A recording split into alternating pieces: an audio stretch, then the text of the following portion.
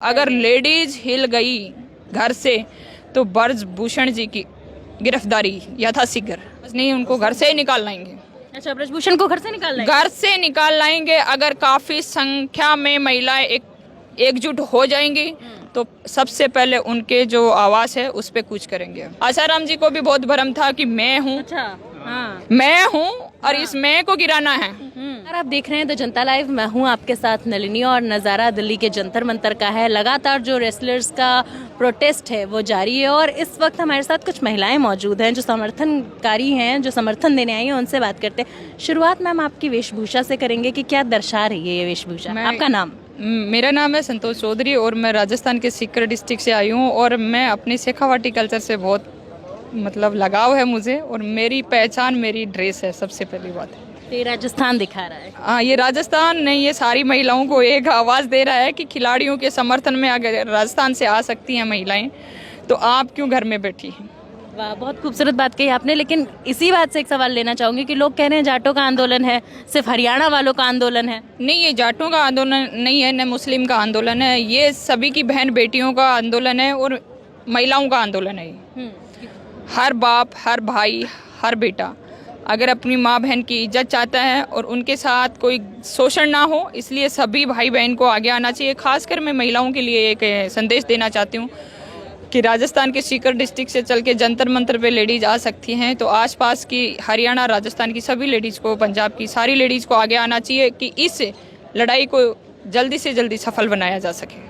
आपने कहा जल्द से जल्द सफल बनाया जाए इस लड़ाई को और हर जगह की औरतें आए। क्या लगता है दिल्ली वालों को भी यहाँ पर बढ़ चढ़ कर हिस्सा लेना चाहिए इस पूरे आंदोलन में? नहीं, इसमें दिल्ली वालों को नहीं, सभी को ही बढ़ चढ़ के, क्योंकि सारे जो भारत की लड़कियां हैं वो आगे बढ़ती हैं, बाहर जाती हैं, चाहे किसी भी वे में, किसी भी डिपार्टमेंट में हो, चाहे वो खिलाड़ी नहीं हो, किसी भी डिपार्टमेंट में, वो फौज में जाती हैं, टीचर्स जाती हैं, कहीं अन्य भी जाती हैं, तो हर एक को शोषण का शिकार ना होना पड़े। और लेडीज अगर भारी संख्या में आएंगी तो सरकार को एक बहुत अच्छा मजबूत संदेश जाएगा, तो एक्शन जल्दी होगा।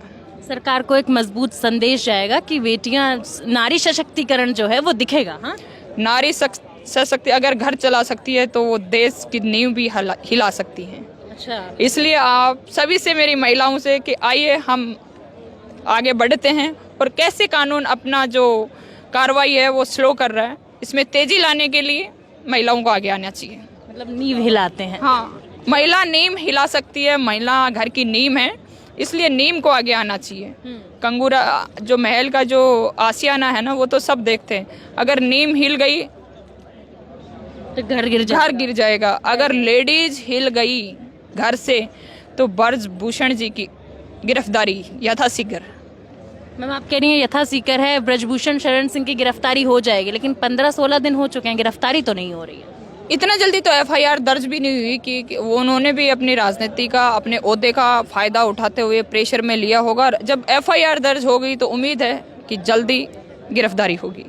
सिर्फ उम्मीद पे आंकड़े थोड़ी लगाए जा सकते हैं, कोई ऐसे कहीं से तो 1% अगर महिला मोर्चा संभाल लिया इसका, महिलाओं ने, अगर महिला की मान सम्मान का बात है, आत्मसम्मान की बात है, और महिलाओं ने इस मोर्चे को हाथ में ले लिया तो कानून जल्दी हरकत में आएगा।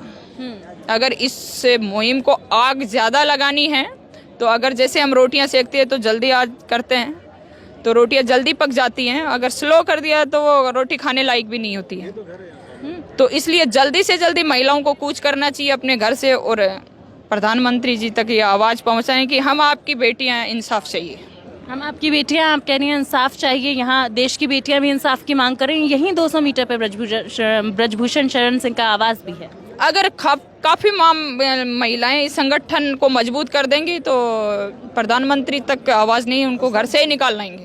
अच्छा, ब्रजभूषण को घर से निकाल लाएंगे? घर से निकाल लाएंगे। अगर काफ़ी संख्या में महिलाएं एकजुट हो जाएंगी तो सबसे पहले उनके जो आवास है उस पे कूच करेंगे। यही 200 मीटर पे आवास है मैम, कब कूच करेंगे यहाँ से आप लोग? जल्दी से जल्दी। मैं यही संदेश देने आई हूँ कि अगर राजस्थान की घरेलू महिला इस जंतर मंतर पे आ सकती हैं तो सारे आत्मसम्मान बचाने के लिए महिलाओं को आगे आना चाहिए। हम कल परसों यही हैं और जल्दी से जल्दी इस लड़ाई को अपनी ओर खींच लेंगे और उनको जेल के हवाले, सलाखों के हवाले कर देंगे। और वो इस भ्रम में है, आसाराम जी को भी बहुत भ्रम था कि मैं हूँ। अच्छा, हाँ, मैं हूँ और इस मैं को गिराना है। सबसे बड़ी बात है कि बहुत बड़े ओहदे हैं, आप पहले भी बहुत आए होंगे और उनको भी बहुत प्रेशर में राजनीति, लेकिन फिर भी वो सलाखों के पीछे हैं। तो उन ब्रजभूषण जी ने इतने FIR दर्ज हैं तो उनको खुद को एक गिल्टी महसूस नहीं होती है कि मैं गुनहगार हूँ। अरे वो तो कह रहे हैं कि मैं गुनहगार नहीं हूँ, आप कार्यवाही करवा लीजिए, अगर गुनहगार हुआ तो फांसी से लटक जाऊंगा। से थोड़ी होगा, जो है कि आप कोई नूर हीरा नहीं है कि आपको देखने जाते हैं, आप आते हैं मुंह मारने के लिए। पर वो तो कह रहे हैं ना कि अगर उसके कहने से वो कह रहे हैं थोड़ी बोलेगा कि मैं चोर हूँ। पर वो कह रहे हैं कि अगर आरोपित साबित हो गया तो मैं खुद फांसी से लटक जाऊंगा। और ये बोल देता कि मैं चोर हूँ तो CCTV कैमरे की जरूरत नहीं होती। अगर गुनाहगार ये बोल दे कि मैं गुनाह हूँ तो यहाँ बैठने की हमें जरूरत ही नहीं है। CCTV की आपने बात कही, कह रहे हैं सबूत दे दीजिए अगर यौन उत्पीड़न हुआ है तो। सबूत दे देंगे तो इसमें नार्को टेस्ट दोनों का होना चाहिए और प्रत्यक्ष को प्रमाण की जरूरत नहीं है। महिला एक खिलाड़ी यहाँ उतरी है और हम राजस्थान से उतरे तो ऐसे नहीं उतरे हैं। FIR 38 आप पे पहले उनका दीजिए कि किस लिए हुए, कहीं और MP नहीं था या ब्रजभूषण जी थे कि हमें शौक था कि हम बार जाके उस पे FIR दर्ज कर दें। अच्छा। क्या और कोई नहीं? प्रधानमंत्री जी नहीं मिले, उनपे तो नहीं किया FIR दर्ज। अगर देश के ब्रजभूषण ही क्यों? ब्रजभूषण उनसे मेरा सवाल है, आप ही क्यों? अगर देश का प्रधानमंत्री के खिलाफ नहीं हो रहा है तो आपके खिलाफ क्यों? क्या और MP सांसद नहीं है, उनके खिलाफ नहीं है? आपको ही मोहरा क्यों बनाया गया? आप गुनहगार हैं।